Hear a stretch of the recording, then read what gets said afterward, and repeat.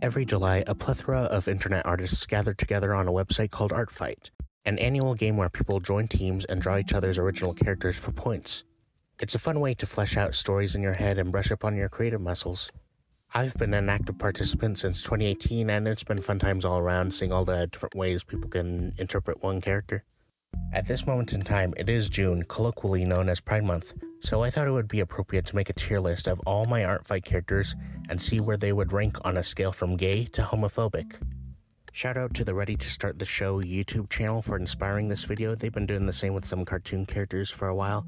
I listen to their podcast every time they go live. I think they're really underrated. At the top of the list are characters who I would consider LGBT. After that are characters who are still figuring themselves out and could go either way.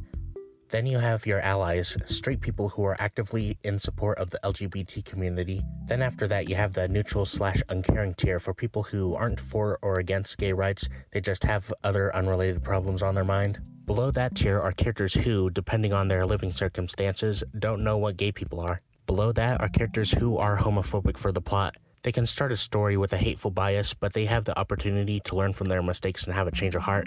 And at the bottom of the list are the No Hopers Club, characters who are actually homophobic and are 100% bigoted. I'll talk about each guy in order of series so you can get to know them and maybe attack them if you plan on playing ArtFight this July. Otto the Iguana is one of my first characters that I created in grade school. I sort of ran out of ideas and stopped making comics with him, but Otto still lives on as my social media mascot. He's a clumsy, mild-mannered lizard man with a wife and 2 kids. His design was inspired by a mix of Sonic and Yoshi, and his personality can be compared to Lenny from The Simpsons. He doesn't have a hateful bone in his body, so he'll be an ally. Otto's wife Trixie is a much more proactive character. Whereas Otto is an empty-headed pushover, Trixie is allowed to get grumpy, sneaky, and a little silly. I can't picture her as a member of 1 Million Moms, she's too much of a rebel for that. Bertha and Raymond are their kids. Bertha is a melancholic teenager who's very stoic and anxious about every little decision she has to make. She'll be in the figuring it out tier. Raymond is the irritable child prodigy obsessed with his science inventions. I can see Raymond as homophobic for the plot. He can learn that starting petty arguments are completely pointless in the grand scheme of things. Next in the Otto the Iguana series is a man that goes by many names. He's got a criminal record, so he goes by Cat Cat, a name so generic that nobody can track him down. Cat Cat's a schemer, he plays tricks, he does a little fear-mongering, he does a little arson. But it's because he's a single father trying to support his biological dog son, Nick. He doesn't really care about being nice since he's always on the run. Like, when is he ever going to see the same guy twice?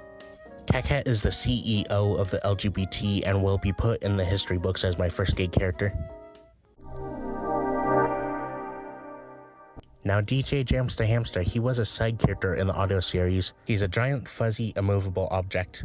I liked him enough to spin him off into his own series called Hamster Bonanza. I really want to work on an anthology show that stars new guys in each episode, kind of like an old Hanna-Barbera cartoon. For instance, watching the Huckleberry Hound show in a half hour, you would get like 3 segments starring Huck, Mr. Jinx, and then Yogi Bear. In Hamster Bonanza, each episode has 3 segments based on a recurring theme, one starring the hamster, a wolf and a sheep, and then a mouse. DJ Jams the Hamster's stories involve him getting into silent comedy adventures, like a New Age Pink Panther or Mr. Bean. Under any circumstance, he never changes his facial expression, which makes him funny to look at, but makes it agonizing to draw him over and over for hours at a time. There's not a single thing that gets on his nerves. When he faces a problem, he will dedicate his life until it is done. The hamster is reliable more than anything, and that's what makes him the strongest ally so far. As a foil to this yellow creature, he has to co-star with this manic, jaded, washed-up idol, Moxie Rock. She's a mix between Hatsune Miku and Krusty the Clown. She has a one-sided rivalry with DJ Jams the Hamster because she is jealous of his popularity. In a past life, she used to actually make music, but now all she does is sell merchandise with her name plastered on everything. She owns a mall, a cruise line, a fast food chain, and a public access TV channel. Moxie Rock's the kind of guy who would throw together rainbow stuff and capitalize off of pride and just leave it at that. I'll put her in homophobic for the plot. Wolfie the Kangaroo and Sheep the Sheep are an odd couple comedy duo. Wolfie is a sardonic, smooth talker with a devil-may-care attitude. He can be crude and annoying, but Wolfie is not a narcissist. Sheep is an artsy goody-two-shoes dork. He can be pretentious and a control freak, but Sheep is not a sellout. I think they're pretty versatile characters. Either of them can be the straight man or the wise guy, depending on the situation. When I designed Wolfie, he was originally going to be a regular wolf, but in hindsight he looked too scrawny to be a wolf, so I changed his species to a kangaroo and kept his name the same. Now he's a kangaroo that wants to be a wolf, and that has trans allegory written all over it. Sheep, by virtue of being a sheep, can be very gullible and tends to follow the leader, but what he cares about most of all is integrity. So if he learns you're full of shit, he's not looking back. Sheep's an ally. Pamela Mouse is a nervous wreck who thinks the world's out to get her because she's a stinky, diseased rat. She's a hypochondriac that lives in a remote cabin in the woods.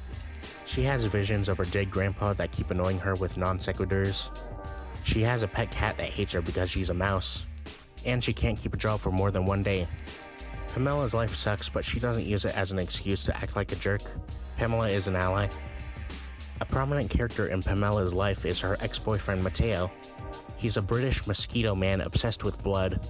He has a brain-dead, zombie-like demeanor to him, to the point where if you're not talking about blood, he has nothing to say to you. Mateo is neutral/uncaring. Wolfie and Sheep also have their own pair of exes, Franny the Fennec Fox and Luna Llama. Four of them met and broke up on one tragic Valentine's Day.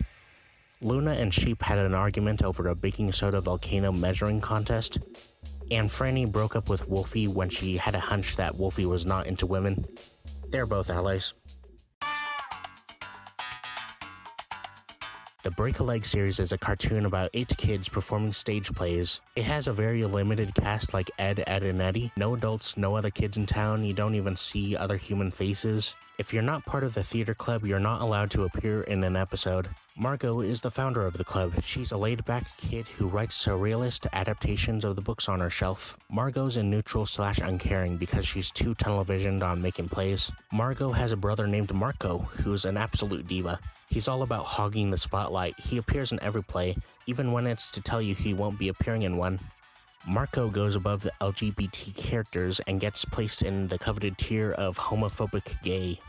Roger is the sensitive kid who's the designated musician of the club. He's the heart of the team and a little too naive to know when he's getting the short end of the stick. He's figuring himself out. Jessie is what's known as a line producer. She makes sure everything gets done on a strict schedule and the club does not function without her. There was originally a different character in the cast named Amanda. She had the same nerdy personality but was replaced with Jessie because her design was more fun to draw. Jessie's an ally. Susan is a blind, headstrong humanitarian, a flower child hippie archetype who's unnecessarily verbose, like she has a dictionary printed in her head. She's educated enough to be an ally. Del has a hot and cold personality. He may sound like he jokes around a lot, but he actually takes everything dead seriously. Del is simultaneously the most responsible and the most juvenile member of the group. He's an ally. Max is a gloomy goth kid in charge of crafting the props and scenery. He can pump out art like a machine, but he's mostly a bummer to hang out with. Max is neutral/uncaring. Peggy is a little feral freak of nature, the kid everyone turns to when they need to film a stunt. She's like the Steve-O of the group. Margot wasn't too fond of her at first. She didn't want 2 Margarets in the same club, Peggy's name being derived from Meggie, short for Margaret. So once Peggy got her name changed to Pargret, Margot gave her the okay to join. She's figuring herself out.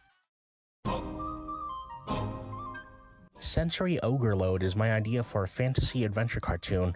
It's one of my few series that I have an actual planned ending for.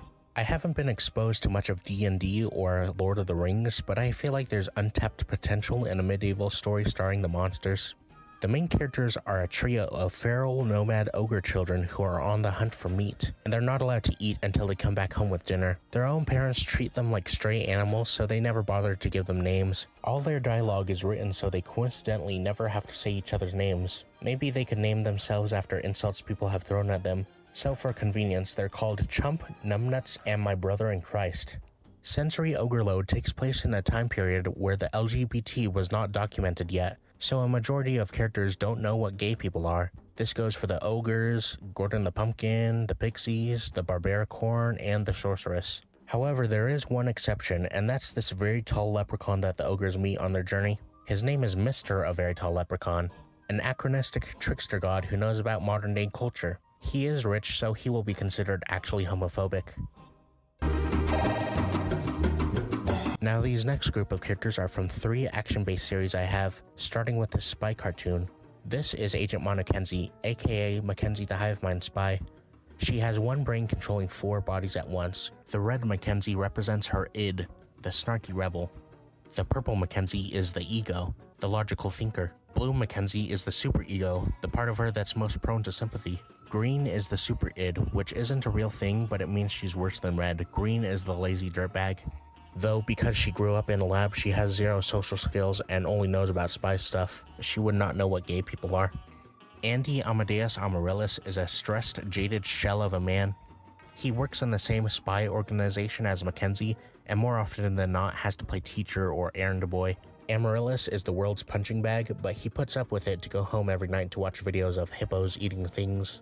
He's too uneducated on the topic to have an opinion, so he's in neutral/uncaring. Millie is a hulking shark-themed henchman who works for whoever's willing to pay.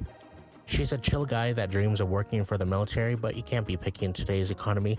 Millie always wears the helmet no matter what because she doesn't have any skin or eyelids on her face. She's an ally, she knows the struggle.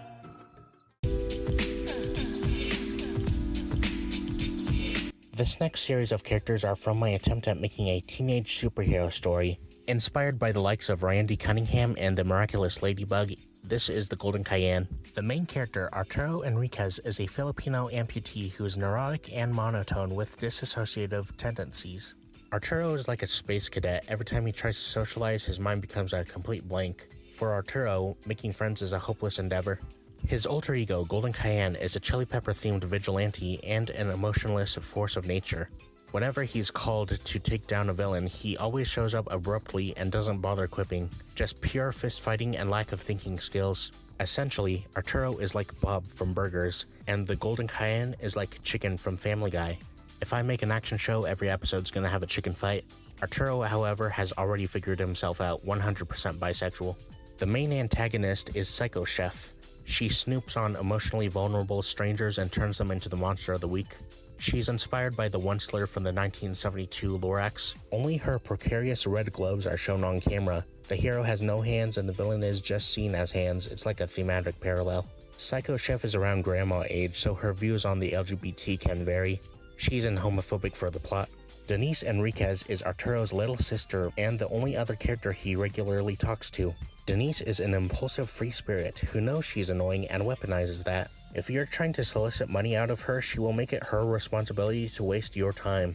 Denise is around 6 years old, so pride isn't a big part of her life, so she's in neutral/uncaring. The rest of the Golden Cayenne characters are monsters of the week, so they're pretty simple. Jacqueline Jackson is an outgoing, overachieving chatterbox who turns into a carrot-themed villain. She's figuring herself out. Kite Casterberger is a rich kid with a class clown personality. He likes to stick to the man, but a lot of people would argue that he is the man, considering the town is named after his family. Kite gets turned into a pancake villain, and he is figuring himself out. Finley Ferguson is a conspiracy theorist who is trying to solve the mystery of how people are transforming into these food villains. Maybe they'll turn into a pretzel-themed villain. I haven't gotten that far yet. Finley is non-binary. Nina Navarro is a fancy book-smart kid with sophisticated sensibilities. She's not rich, but she'll never eat anything without the word gourmet on it. She's a sassy theater kid, not unlike Timon from Pumbaa. She gets turned into an apple-themed villain and is 100% lesbian. Rita Renoni is the irritable, money-smart kid who keeps getting interrupted. She's like the squeaky-voiced teen from The Simpsons. She coincidentally works at every retail store the main characters happen to appear. Formerly known as Dolores Duarte, Rita's family had to go into witness protection after her psycho grandma went down a supervillain pipeline. Rita has been good friends with Nina and Jacqueline for some time now, and they've still never learned about her identity. Arturo is cripplingly smitten with her, so I think it would make sense to turn her into a Snowcone-themed villain. Rita is an ally. Jason Jeffston is a goody-two-shoes Boy Scout kind of guy. He's into weightlifting, so he becomes a sports drink-themed villain. Jason was born to be an ally. Carol Campbell is a grumbling goth kid who hates everything that humanity stands for. She always hangs out with her pet goat, so she becomes a goat cheese villain. Carol hates people in general, but being homophobic would contradict her goth lifestyle, so Carol is an ally. Fiona Fitzjeremy is a background character whose design I thought was neat. She doesn't turn into anything, put her in LGBT.